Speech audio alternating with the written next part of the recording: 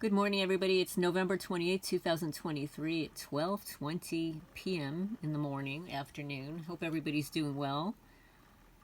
It is bitterly cold here. It was 27 degrees overnight, or I should say early this morning, approximately when that helicopter flew over my house. And just a coincidence that when I woke up this morning, the back of my head is, I have a back of the head headache, cerebral fluid leakage from my eyes and nose, and I'm going to go into that in case this is happening to you. And for the last 2 days, I've been feeling nauseous at certain times of the day when the tinnitus in my ears increases in sound and frequency. And this is what these criminals do to innocent people in the United States. Compliments of your tax dollars. My name is Lorraine. Alternative homesteading. I moved from a home in Manalapan, New Jersey, home I lived in for 30 years as original owner, and I became targeted there. And part of the people who were targeting me were, of course, the Manalapan Police Department. There are about 6 or 7 police officers there, part of the hockey club and more, and the former chief of police, Michael Fountain, who called his own police officers enemy of the state. And it came out in testimony that he was collecting dirt on all of his police officers to use against them in the future. This seems to be a very common tactic among narcissists, including our GOV. They surveil people, collect information, damning information, private information, what you do in the privacy of your own home, in your relationships, in your sexual relationships, at work, on your phone, on phone calls, talking to your friends, when you're eating out with your friends. They collect all of this information to use against you in the future. And it doesn't matter how benign it is, they will make it so that it's not benign. It's called lies of omission, plausible deniability, right? That's the big thing, is they'll take something innocuous, insert some information, and then distort it. And then suddenly you are the enemy of the state. And we're going to validate this by an article. I mean, this is very alarming, folks. Please hit the thumbs up, by the way. Share if you feel inclined to do so. And let's get on with it, because the algorithms are really bad.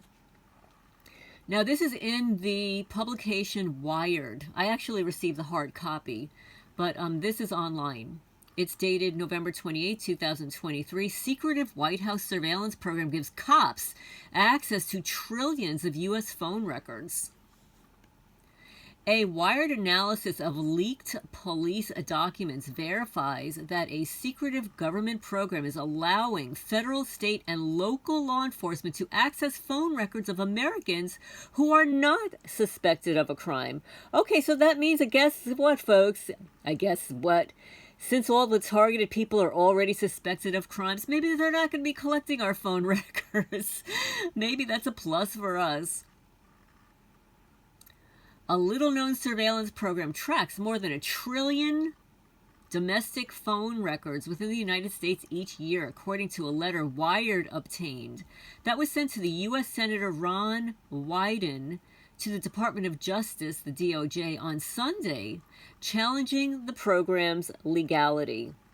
According to the letter, a surveillance program now known as Data Analytical Services, DAS, has for more than a decade allowed federal, state, and local law enforcement agencies to mine details of Americans' calls, analyzing the phone records of countless people who are not suspected of any crime, including victims. A technique known as chain analysis. The program targets not only those in direct phone contact with the criminal suspect, but anyone with whom those individuals have been in contact with as well. And what that means is, let's say you're speaking to your friend on the phone, right? And you've known this person a long time. You know pretty much a lot of things about them, but you don't know their friends, or you might know a couple of their friends. You don't know all of their friends. And what about their clients? I mean, what if they have some nefarious clients or some friends of friends who are, not on the up and up? But maybe my friend is not aware of that. But hey, the White House does. The DAS program, formerly known as Hemisphere, is run in coordination with the telecom giant AT&T, which captures and conducts analysis of U.S. call records for law enforcement agencies, from local police and sheriff's departments to U.S. customs offices and postal inspectors across the country, according to the White House memo reviewed by Wired. Records show that the White House has provided more than $6 million to the program. Oh, wow. You know, they've got the $6 million to watch everybody through phone calls and surveil everybody through their phone records. But hey, you know, what about those people that are lined up for food stamps that can't get them? Yeah. Or how about the people that are being ousted from their homes because they can't afford their mortgage payments anymore because they lost their jobs during the CV witch hunt? Right? It is a maze of routers and switches that crisscross across the United States. We're so fortunate. In a letter to U.S. Attorney General Merrick Garland on Sunday, Wyden wrote that he had serious concerns about the legality of the DAS program, adding that, quote, troubling information, unquote, he'd received would justifiably outrage many Americans and other members of Congress. That information, which Wyden says the DOJ confidentially provided to him, is considered, quote, sensitive but classified, unquote, by the U.S. government, meaning that while it poses no risk to national security, federal officials like Wyden are forbidden from disclosing it to the public, according to the senator's letter. Yeah, they keep secret all their nefarious doings. They don't want the public to know because there'll be an uprising. The AT&T spokesperson, Kim Hart Johnson, declined Wired's request to comment on the DAS program, saying only that the company is required by law to comply with a lawful subpoena. Isn't that interesting? They received a lawful subpoena? For what purpose? If they're claiming that no one has committed a crime, why would anyone sign a lawful subpoena? What judge signed a lawful subpoena? Let's call them out. Who signed the lawful subpoena and who provided it to AT&T? I want to know. Inquiring minds want to know. There is no law requiring AT&T to store decades worth of Americans' call records for law enforcement purposes. Documents reviewed by Wired show that AT&T officials have attended law enforcement conferences in Texas as recently as 2018 to train police officials on how to best utilize AT&T's voluntarily, albeit revenue-generating assistance. Oh, yeah, it's all about the money at your expense. In 2020, the Transparency Collective, a distributed denial of secrets, published hundreds of gigabytes of law enforcement data stolen from agencies around the U.S. A Wired review of the files unearths extraordinary detail regarding the processes and justifications that agencies use to monitor the call records of not only criminal suspects, but of their spouses, children, parents, and friends. While DAS is managed under a program devoted to drug trafficking, a leaked file from Northern California Regional Intelligence Center, which is NCRIC, shows that local police agencies such as those in Daly City and Oakland requested DAS data for unsolved cases seemingly unrelated to drugs. In one instance, an officer with the Oakland Police Department asked for a hemisphere analysis, quote unquote, to identify the phone number of a suspect by analyzing the call of the suspect's close friends. In another, A San Jose law enforcement officer asked the Northern California Regional Intelligence Center to identify a victim and material witness in an unspecified case. One officer soliciting information from AT&T under the program wrote, "We obtained 6 months of call data for the suspect's phone, as well as several close associates, this girlfriend, father, sister, and mother. The records do not indicate how AT&T responds to every request." Leaked law enforcement files further show that a range of officials from U.S. Postal Service inspector to a New York Department of Corrections parole officer participated in the DOS training sessions. So they knew about it all along. They're conducting training sessions. Other participants include port authorities and members of U.S. Immigration and Customs Enforcement, National Guard, and California Highway Patrol, alongside scores of smaller agencies. So I wonder if they're tracking all these illegals that are coming into the country, since we're giving them hotel rooms and food and cell phones. Are they being tracked too? Maybe they're not AT&T phone numbers. Maybe they're just burner phones. First disclosed by the New York Times in September 2013, as Hemisphere, the DOS program was renamed in 2013 and has since flown largely under the radar. Internal records concerning the program's secrecy that were obtained by the newspaper at the time shows that law enforcement had long been instructed to never, quote, refer to Hemisphere in any official document, unquote. Oh, so they had to cover it up. They had to cover it up, not talk about it, so they would gaslight people. Hey, are you wiretapping my phone? No, we didn't collect information on your boyfriend, your sister, your grandmother, your mother. Nah, not us.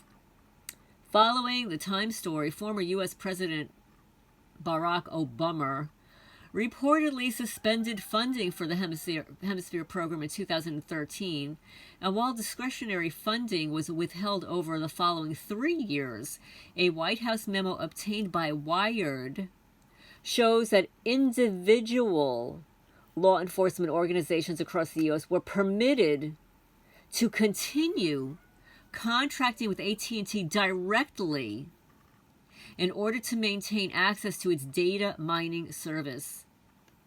Oh yeah, so that would mean that the law enforcement agencies across the country that have the expendable funding, you know, from placing people on a watch list, they get grants. And they've got to surveil them, right? So these individual law enforcement organizations across the U.S., they were permitted contracting with AT&T.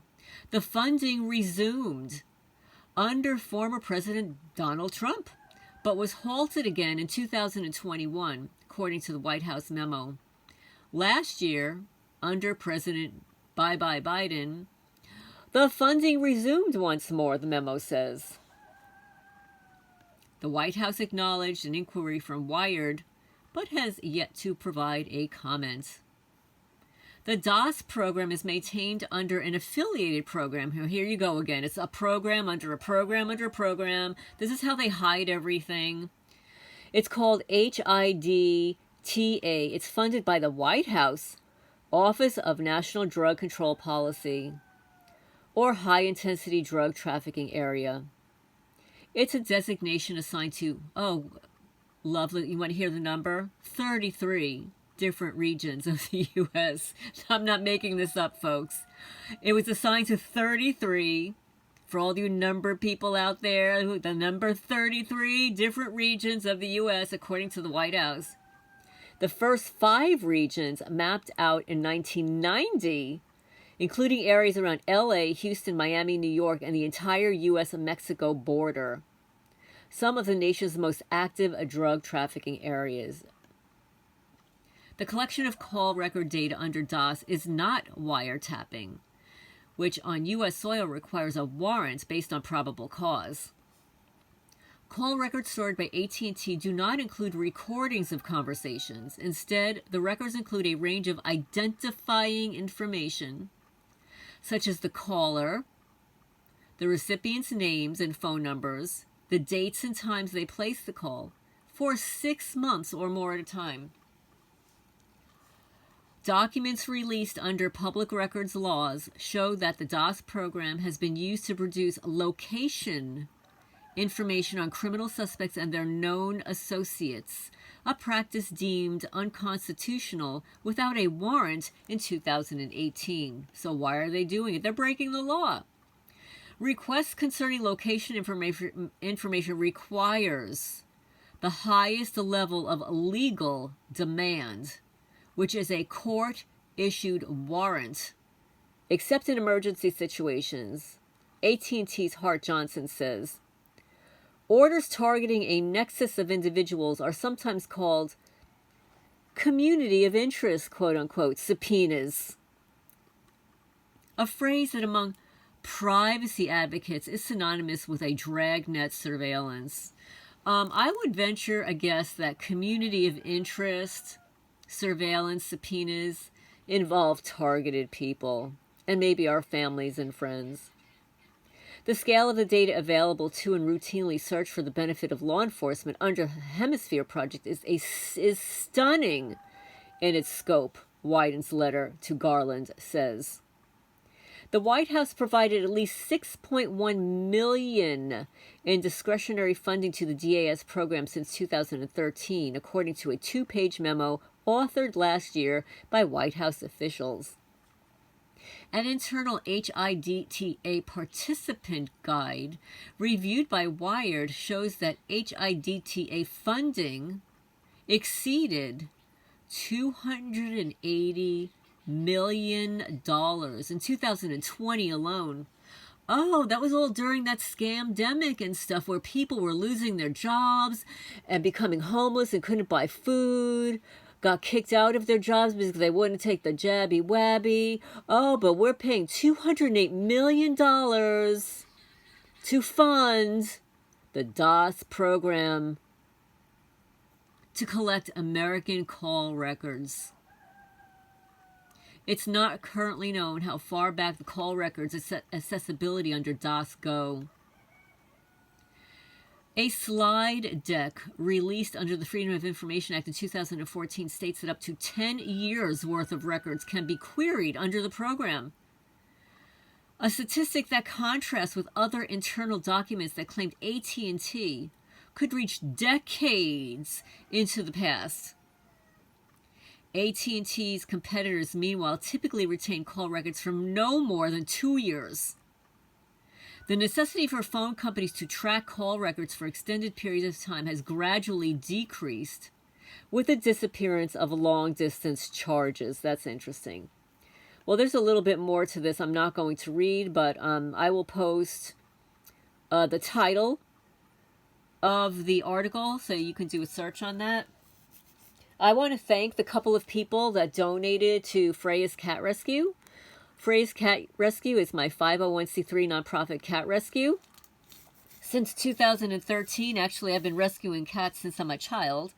But I finally formed the nonprofit in 2013 in New Jersey. And I was the only person, to the best of my knowledge, in the entire state of New Jersey that actually licensed their feral cat colony. That means that I registered them with the health department. And they had their annual checkups. Some of them were microchips, which I regret.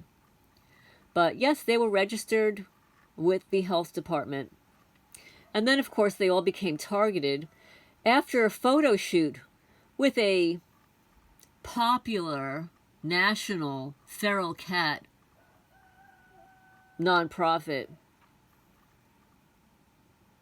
I can't say anything more about that, folks, because those people are criminals. They're part of the gang stalking program. They are gang stalkers. They're worse than that. They're the ones that nominate you into the program. That's right. But I'll leave it at that. So yeah, so thank you so much. I really appreciate it. I mean, since I moved to Kentucky, the donations have been much less.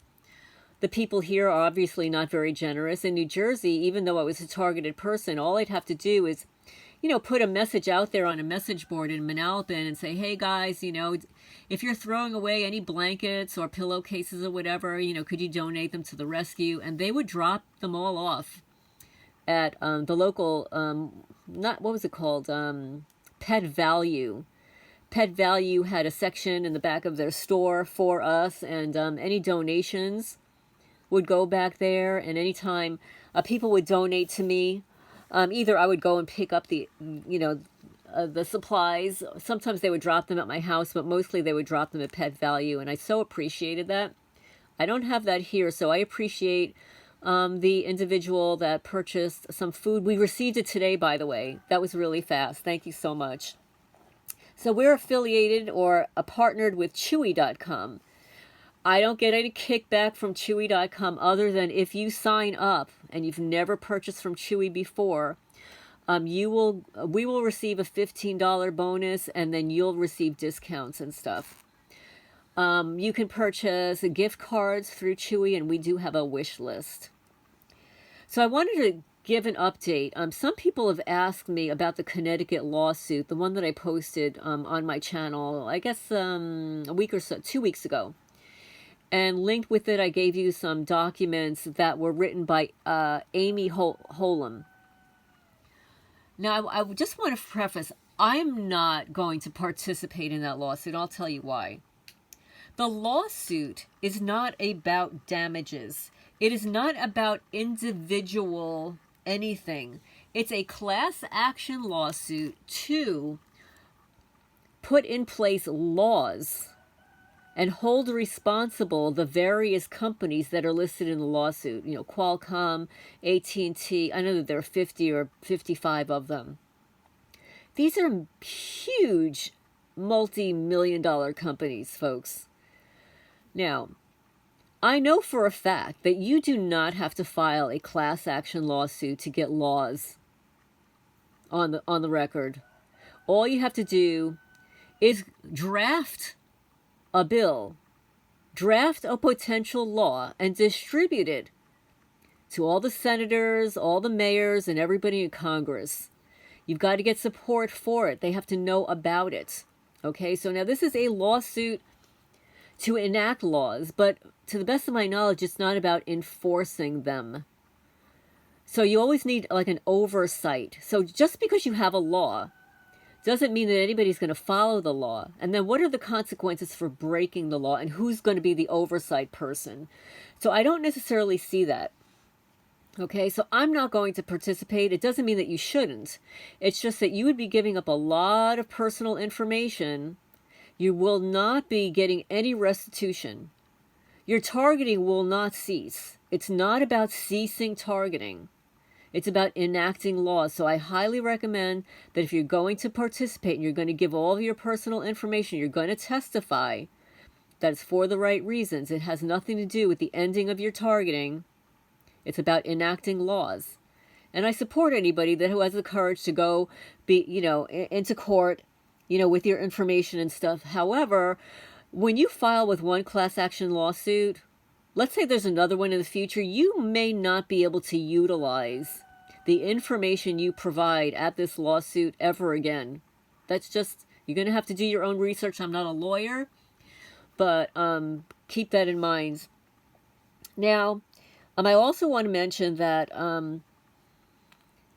when I walk around my property, and this doesn't happen every day, but it happens sometimes, I feel pinpricks on my body. I feel them at certain places. Sometimes when I'm in my kitchen, I'll get pinpricks to my ankles. These are like electrical zaps. But there are also things called pricking devices that people can use when you are outdoors.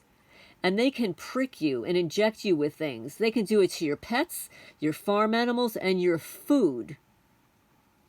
And I've posted a lot of videos about my food sabotage and the bizarre looking wounds to the food. I have to wonder if someone has pricked my food to cause it to rot and mold and have a fungus in the way that it has. You know, I look forward to your questions or comments on this one if this has happened to you also. Now, I received an alert yesterday. Now, I'm sort of on the fence about this, okay? I respect the person who wrote this. I've been following him for years. Bryan too. Liverpoollaw on Bitchute. And the heading of his video was, Sabrina Wallace is a government perpetrator and informant provocateur. Okay, I'm going to be on the fence here. I'm not going to confirm or deny whether I believe that that's true or not, okay? What I do believe is that she has been part of a trauma-based mind control program since birth. This woman has been tortured in childhood, and she has disclosed that she has been systemically raped, okay? So you can only imagine what that did to this young person, this child, and how that affected her as an adult. And if she continues to be targeted as an adult, an intelligent adult, how that would affect her behavior. I mean, we all know as targeted people how they try to control our behaviors. And like, I have a headache now. Like, I'm not in the best of moods. I'm like, actually, I woke up pissed off at this whole program, these sick Freemason loser people. And yeah, I'm going to say it's the Freemasons, at least here in rural Kentucky, because there are 3 such cult groups for the whole county located in my tiny town. All 3 of them. Yeah. So I can safely say that the Freemasons who leave the triangles around my property are involved in my targeting. Oh, and I'm going to digress just a little bit here because I just want to read something that somebody sent to me.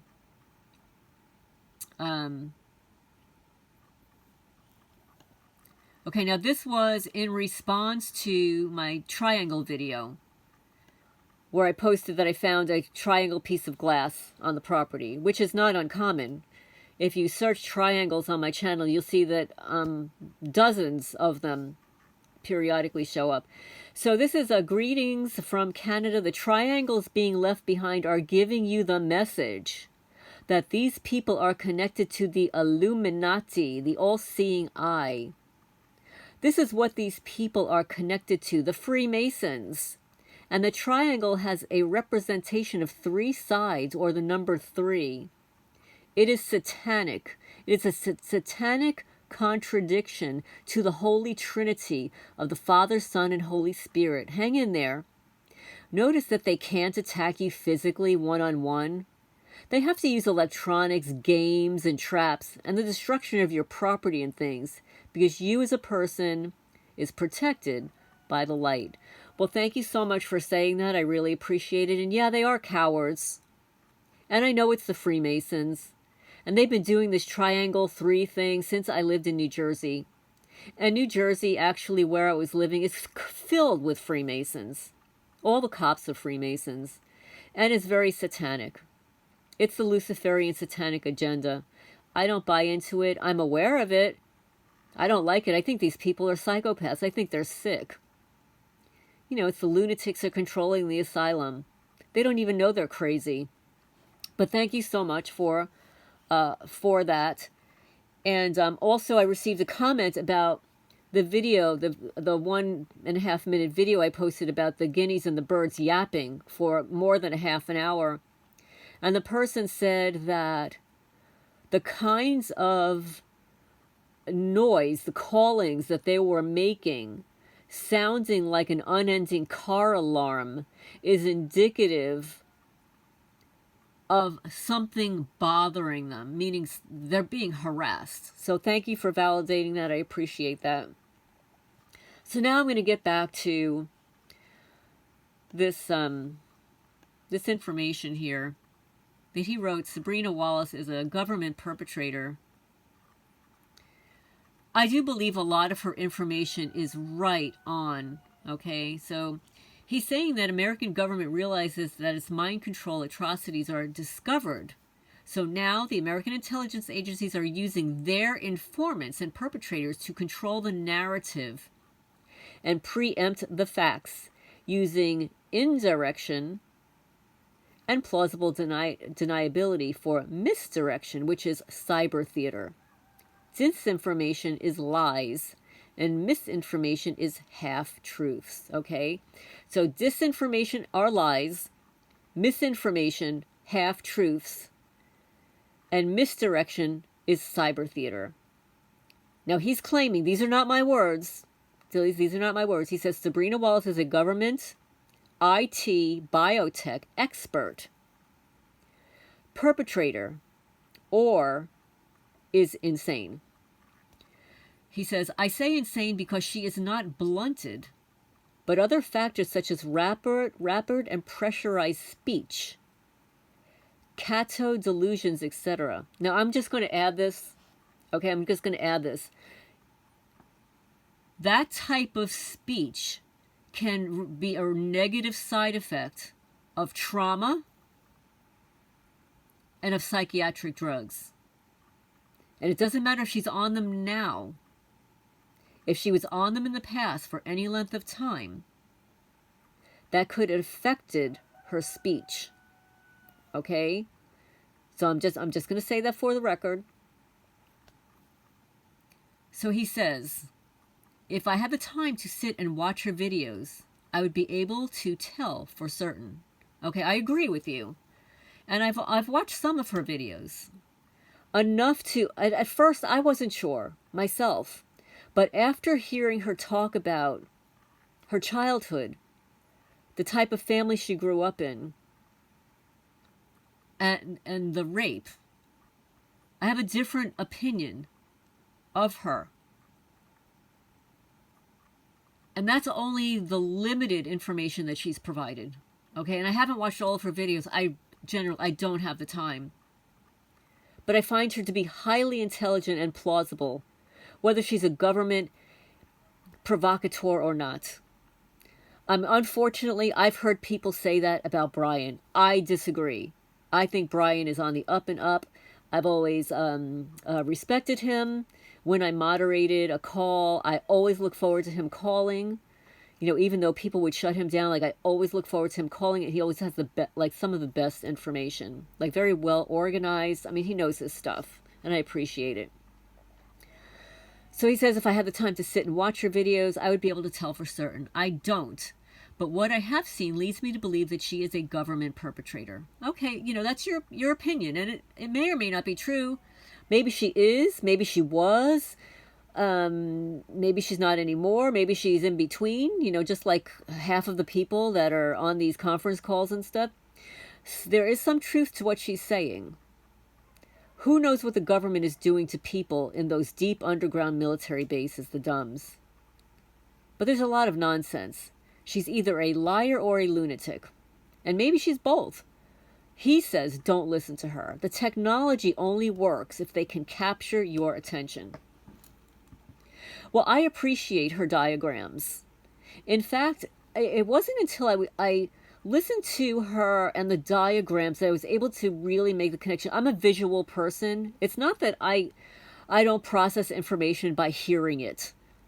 But, you know, I'm very visual. So it really helps me to have a diagram in front of me. And her diagrams were very good. And I was able to process the information, how she was describing it, a lot easier. And I know that some of you guys have mentioned that you were able to process it easier with the diagrams also. And he says, the scary thing is, she may be telling the truth about what the American intelligence agencies are doing to people, meaning she was involved in those atrocities. Well, see, I'm going to add something here, okay? Now, a lot of network engineers, computer programmers, scientists, doctors may have been unwittingly involved meaning that they had a job. Just like she says, they had a job, they were doing their work, and maybe sort of like Edward Snowden.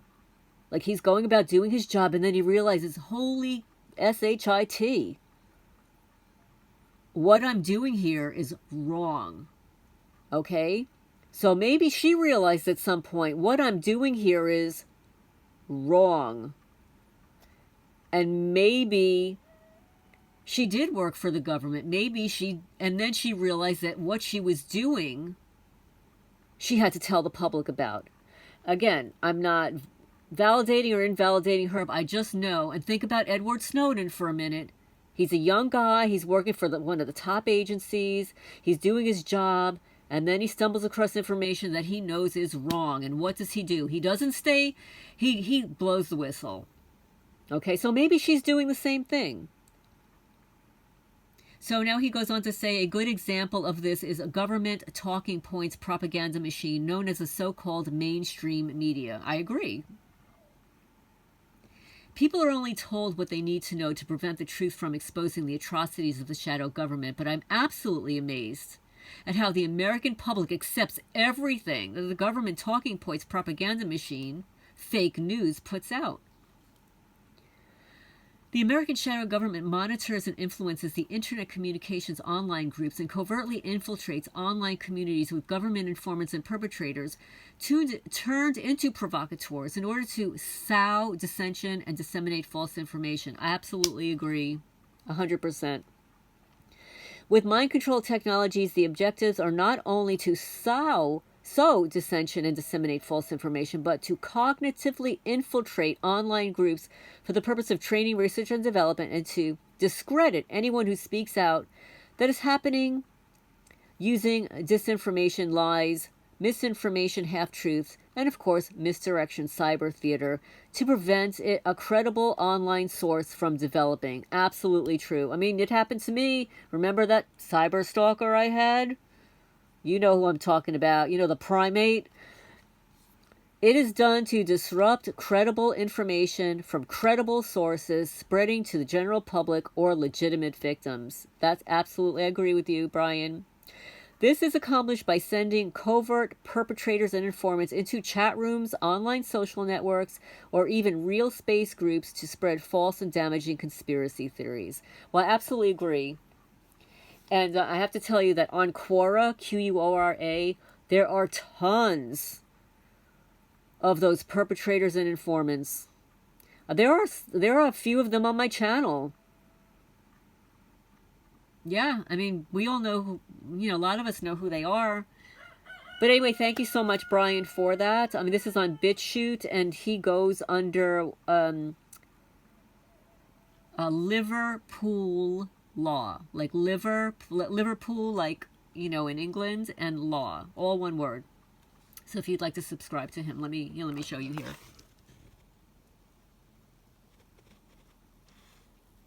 Okay. All right, let's see what else we've got here. So we covered that. I've got a very long article to read. I'm not sure if I'm going to read it right now. Let me see what I've got. Oh, okay. This is what I wanted to talk to you about, too. When I woke up this morning, and this happens to me almost every day, but today it was especially bad because I have this horrible back of the head headaches. My eyes feel like they're popping out of my head. They feel hot. They feel tired. This should not be happening. And when I spoke to my friend Helena Chorba, she was a retired civil engineer. She and I were having a conversation, and she said, that she had spoken to, let me think, who was it? Oh, I'm forgetting her name right now. But there is, when we're getting targeted, folks, we're especially getting hit in the head repeatedly with pulse microwave radiation, radio frequencies. The cerebral fluid, CSF, that surrounds the brain and spinal cord, it provides a cushion to protect from injury. There are 3 layers that surround the spinal cord and brain, and when there is a hole or tear in the outermost layer, a CSF leak occurs. The hole or tear in this outer layer is called the dura mater. It allows some of the fluid to escape. There are two distinct types of CSF leaks, the spinal leak and the cranial leak. And they each has different symptoms, causes, and treatments. When there is a spinal CSF leak occurs anywhere in the spinal column, the most common symptom of a spinal CSF leak is a headache. A cranial CSF leak occurs in the skull and often causes symptoms such as a clear fluid leaking from the nose or ear. Now, I have that every day. My eyes and nose. And I don't have a cold, so it's my eyes and my nose. And this morning I have the headache. Some CSF leaks may heal with bed rest and other conservative treatment. Many CSF leaks need a patch to cover the hole or surgery to repair the leak. And the symptoms vary between the spinal and cranial CSF leaks. Please leave a comment down below if you experience any of these leaks. If you wake up with headaches. So the most common symptoms for the spinal leak is a headache. And these headaches usually cause pain in the back of the head. They improve when lying down, worsen when standing up. They may start or worsen when coughing or straining, and rarely start suddenly. When this happens, it is called a thunderclap headache. So this is what, because, during the nighttime, they're targeting you.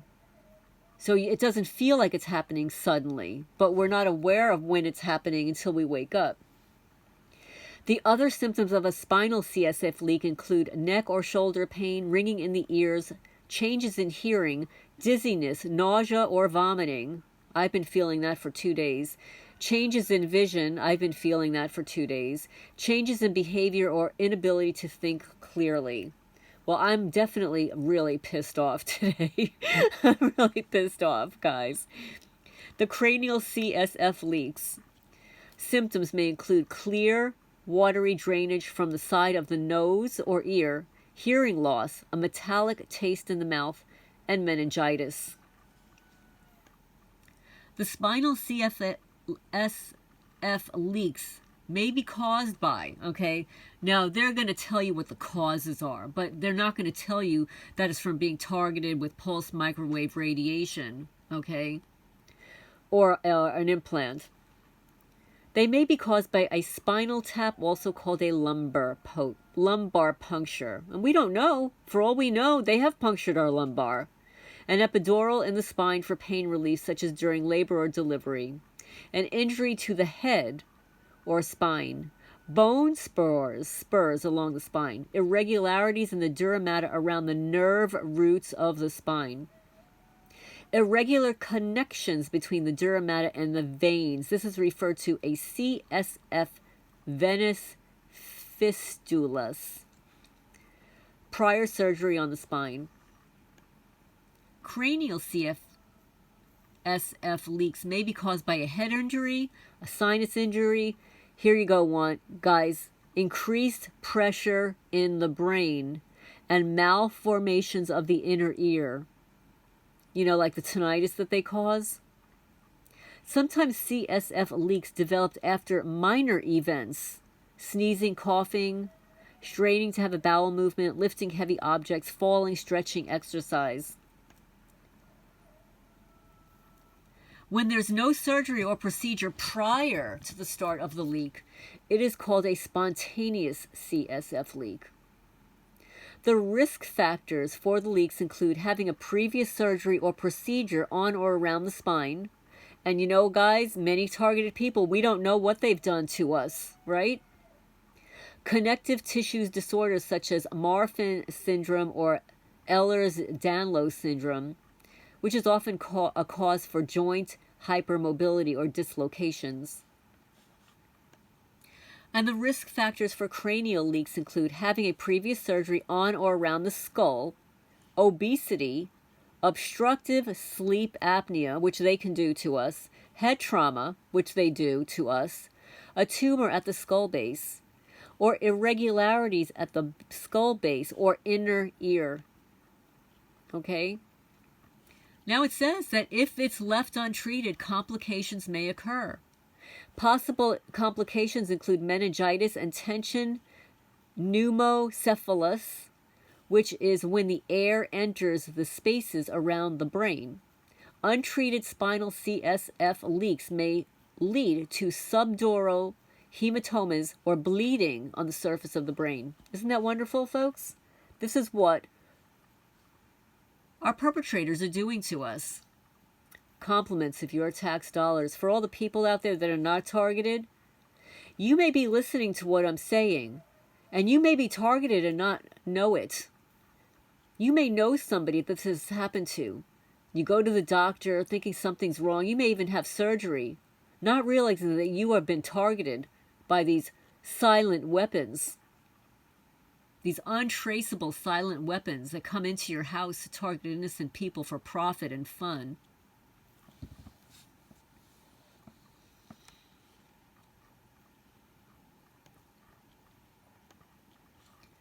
So now I'm just going to read a page or two of this, and because it's 29 pages, it's an article, it's a PDF. Anybody who wants the PDF can email me at alternativehomesteading@gmail.com.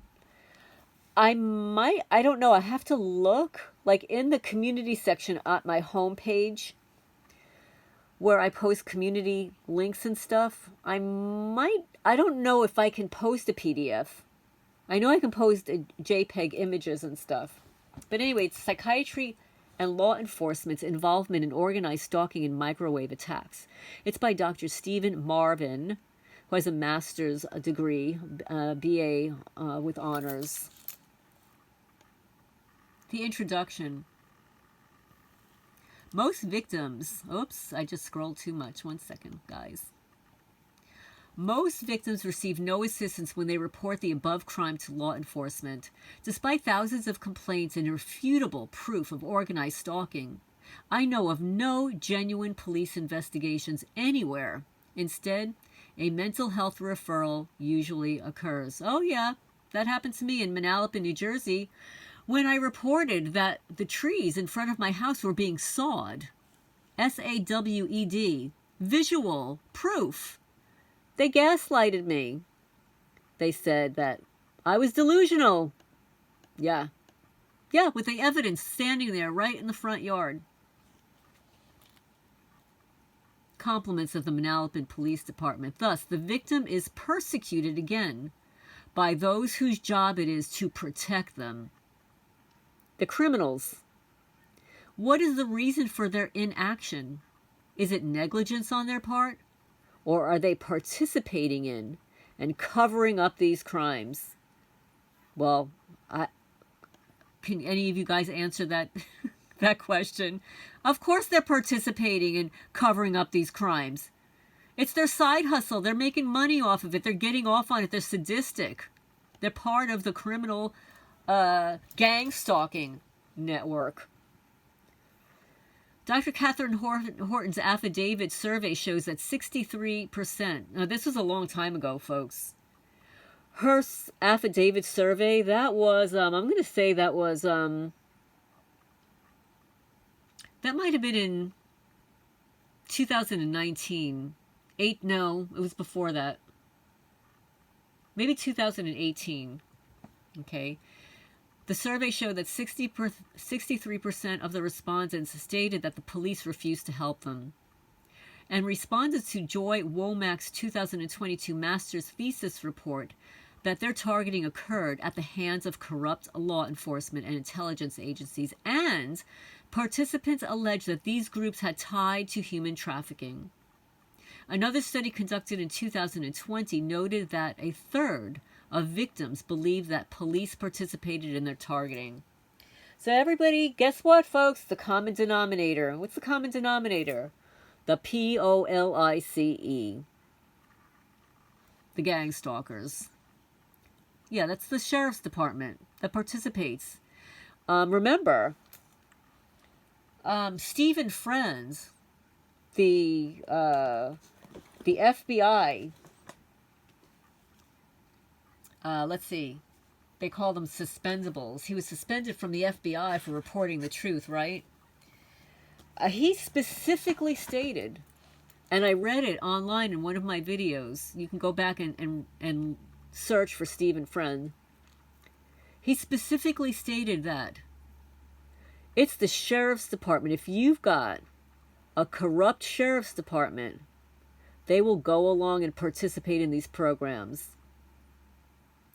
It is the sheriff's department that can refuse to participate in these organized crime programs. Numerous Secret Service organizations have proven history of stalking and harassing dissidents and whistleblowers. In East Germany's Stasi police utilized organized stalking extensively in its harassment program called Zersetzung, which the meaning of Zersetzung is decomposition. Congress exposed the FBI's COINTELPRO operations in the 1970s. It combined the resources of the Bureau and local police to surveil, harass, discredit, infiltrate, frame, and destabilize dissident groups and individuals. Dr. Martin Luther King, Reverend Jesse Jackson et al. Were notable victims. A similar policy in the UK mirrored the FBI one. 2022, an inquiry revealed that MI5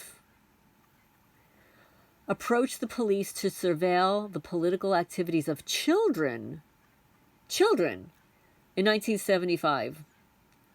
Organized stalking is the reincarnation of those Zersetzung COINTELPRO techniques. The tactics, which include predatory stalking, threats, slander, entrapment, mobbing, infiltration, identity theft, surveillance, hacking, and vandalism, are intended to destroy the targeted individual psychologically, socially, and financially. Law enforcement and criminal gangs. Although rarely discussed in the mainstream media, these programs are still operated by law enforcement, secret services, and corporations worldwide today. Cults, terrorist and hate groups, secret societies, and organized crime gangs doubtless use these harassment techniques and may also have access, let me scroll down here, they also may have access to microwave weapons. Dr. John Hall, MD, states that 800,000 Americans with high-level security clearance may have access to high-tech weaponry that can target an individual. Carl Clark, former MI5 agent and ex-CIA contractor, postulates, quote, "The Freemasons, from whom there are many in the CIA, also play a big role in this," unquote. There you have it, folks. The Freemasons. Frey-May-Sins. S-I-N-S. Is law enforcement using these organizations to stalk the targeted individual for plausible deniability? Good. That's a good point. That's a good point. They're using all these people. Former FBI Special Agent Ted Gunderson says yes. So they're all being used too. They think they're doing something good. They're being used. A sophisticated network of rogue operatives have secretly infiltrated the FBI and other intelligence agencies, including the CIA and other key government positions. They are carrying out the aforementioned surveillance and harassing techniques in conjunction with organized crime, the cult movement in America, including satanic cults, other commercial and political interests, and even misguided civic organizations and neighborhood groups, in addition to high-ranking members of the FBI, other intelligence services, and the government overall, wealthy, powerful members of criminal syndicates, multimillionaires, and the corporate elite are using the government gang stalking program to harass enemies. You hear that? So these wealthy, powerful people they'll pay to harass you. Lower echelon, and this is unbelievable. Lower echelon government rogue operatives, low-ranking members of the military, petty criminals, and street thugs perform the actual grunt work of daily monitoring and harassment of individuals targeted by the program. Guys, right now, there's another helicopter. There was one at noon, and now we've got another one. It is 1:15 p.m. That's the second helicopter in approximately 1 hour. Numerous documented cases exist highlighting corruption in the police and intelligence services of both Britain and the USA, regarding their links to organized crime, exemplified in England via the Daniel Morgan murder, the 2002 Operation Tiberius report identified 8 crime networks involved in drug trafficking, extortion, and money laundering that were being helped by 42 named, serving, and 22 former London Metropolitan Police detectives. You hear that? Police detectives involved. It found that underworld crime gangs had used their contacts within Freemasonry to recruit corrupted officers inside Scotland Yard. See those Freemasons, they're involved all the time. No matter where you look, they're there. England's West Midlands Serious Crime Squad, operating from 1974 to 1989, was disbanded after an investigation into allegations against corruption and maladministration. A 2021 UK report revealed Army and MI5 collusion with a loyalist terror gang in unalivings. In 2022, the police ombudsman determined collusive behavior by police in 11 Northern Ireland terrorist murders. This is worldwide, folks. Legal documents surfaced around 2002 that a significant drug dealer was allowed to go free because he was an MI5 agent. Another report in 2022 stated that thousands of corrupt officers may be in the police after vetting failures, meaning they're not vetting these people out. They're interviewing these officers and allowing them in because they're not asking the right questions. Former London police detective John Wedger, W-E-D-G-E-R, opines that police do not adequately investigate I can't say it. You know, the traffic lights. Evidence by the Metropolitan's police failure to investigate Prince Andrew's alleged abuse of Virginia Roberts in London when she was 17. Oh my goodness. He claims they protect child traffic lights and intimidate officers who want to protect victims, leaving children at the mercy of organized criminals inside and outside the police force. Throughout his BBC career as one of their top TV presenters, serial elite the PEDO, Jimmy Savile, evaded justice for his crimes despite many complaints to the police, spanning decades. A 2020 UK report accused Greater Manchester Police of covering up the historic kiddo I can't say it.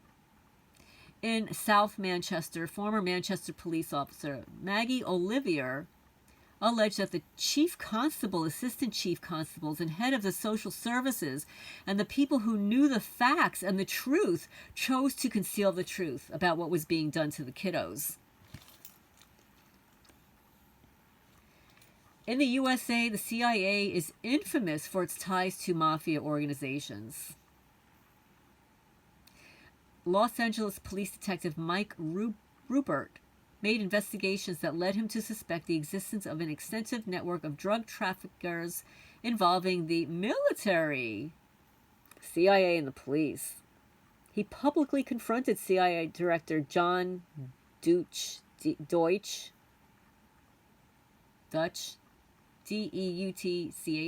regarding the issue. In his book, Crossing the Rubicon, Rupert also describes being targeted by microwave weapons. You hear that? In his book, Crossing the Rubicon, Rubicon, Rupert, Ruppert, also describes being targeted by microwave weapons. Police and intelligence services always infiltrate criminal gangs and vice versa. Throughout its informant networks, one can speculate that the state likely uses criminal groups as part of its national surveillance network. Private Detective David Lawson, who investigated and infiltrated some stalking networks in the USA, stated, "The operations of many extremist groups are actually financed by corporations which use them to stalk their enemies or potential enemies. The groups are used as the private armies of those corporations. Some countries unalive dissidents, and in others they are jailed. In the United States, someone who is threatening to corporations or industries, like a whistleblower or activist, is likely to become the target of an extremist group. People in the group would discuss where they would go for supper after the ship was over. So the author went too. I listened to the group of people openly discussing various activities as if they were the police.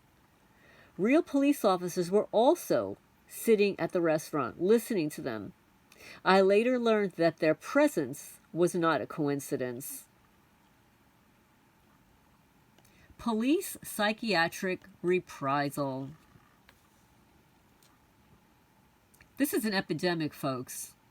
After exposing her employer's corruption, Stephanie Gibaud, a former marketing manager of Swiss bank UBS, became the recipient of what she called organized mobbing, gang stalking. She won damages from UBS for harassment after a tribunal hearing. Nevertheless, most psychiatrists refuse to admit the existence of organized stalking, despite plenty of private detectives et al. Acknowledging the reality. When the targeted victim goes to the police, the latter frequently deframes the sufferer by instigating a mental health assessment. That's what the Manalapan police officers did. I reported a crime, and they sent a biatch, Tina Booth, who provided no form of identification, to my house. She actually viewed the tree whose limbs were sawed off and torn off. Sawed and torn. Yes. And then right smack there, she broke into my house as I was departing and went to close my front door. She broke into my house. No identification. Had no idea. I didn't even have her name. That's right, folks. She broke the law. With the help of the Manalapan Police Department. At the time, it was Lieutenant Thomas Mantle. And for the subscriber who says not to reveal somebody's privacy, that's not private. He's a public servant. A public servant is a public servant. He's breaking the law. So he needs to be exposed. When a targeted victim goes to the police, the latter frequently defames the sufferer by instigating a mental health assessment. The psychiatrist will typically, she was not a psychiatrist, by the way. She has no degree. She had none. The psychiatrist will typically misdiagnose the victim as delusional. Numerous complaints are stigmatized by these false diagnoses, creating further anxiety and employment difficulties. Physician Dr. Harold Mandel says cops routinely work with psychiatrists to manufacture cases of mental illness against brutality victims to undermine their credibility in their reports. That's disgusting. Meanwhile, they support the criminals and then frame a sane person reporting a crime as being delusional. The psychiatric reprisal is a tactic frequently used by police in the former communist bloc. It makes it difficult for family and friends to believe the targeted victim's torment is real. However, whistleblowers and dissidents in the West are also subjected to it, exemplified by the case of Dr. Thomas Binder in Switzerland. Dozens of police officers raided Binder's home after he questioned the CVID narrative on social media and incarcerated him in a mental hospital where psychiatrists misdiagnosed him as suffering from I can't even, you can't make that. They made this up, folks. Corona insanity. Corona insanity. You know that song, I Corona? Corona insanity. They just made that up.